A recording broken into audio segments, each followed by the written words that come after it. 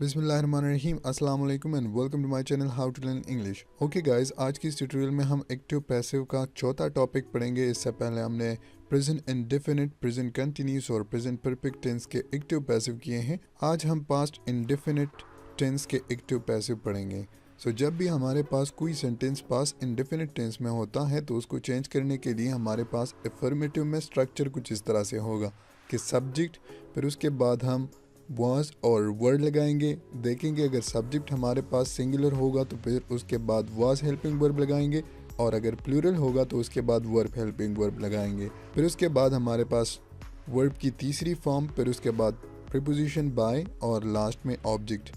अगर कोई सेंटेंस हमारे पास नेगेटिव में होगा तो फिर उसके लिए क्या करना है, सब्जेक्ट, फिर उसके बाद हेल्पिंग वर्ब के साथ नॉट लगाएंगे, जैसे कि was not, word not, verb की तीसरी फॉर्म, फिर उसके बाद प्रीपोजिशन बाय और ऑब्जेक्ट।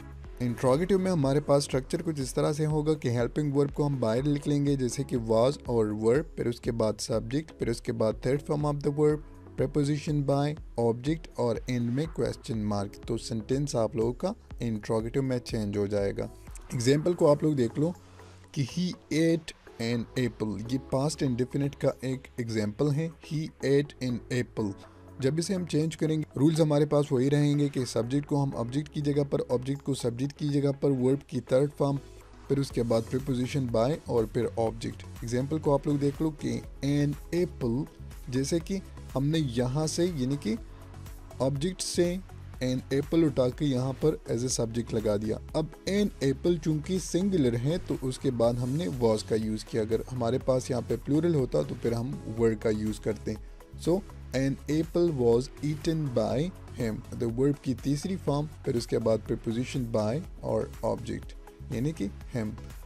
नेगेटिव में हमारे पास हमने सिर्फ सिंपल हेल्पिंग वर्ब के बाद नॉट लगाना है, फिर उसके बाद वर्ब की तीसरी form by and object. Interrogative में हमारे पास क्या होगा कि हम हेल्पिंग वर्ब को पहले लिखेंगे, फिर उसके बाद सब्जेक्ट यानी कि an apple, वर्ब की तीसरी form eaten, preposition by and him। He ate an apple, an apple was eaten by him, an apple was not eaten by him, was an apple eaten by him और question mark। दूसरे example को आप लोग देख लो, they wrote their notes। Okay, इस example में हमारे पास object में प्लूरल नाउन आता है, तो जब हम इसे सब्जेक्ट बनाएंगे तो उसके बाद हमने वर्ड का यूज़ करना है। अगर यहाँ पर हमारे पास सिंगुलर नाउन आया होता तो फिर हमने was का यूज़ करना था। सो their notes were, फिर उसके बाद third form of the verb written, फिर उसके बाद बाय और फिर उसके बाद देम।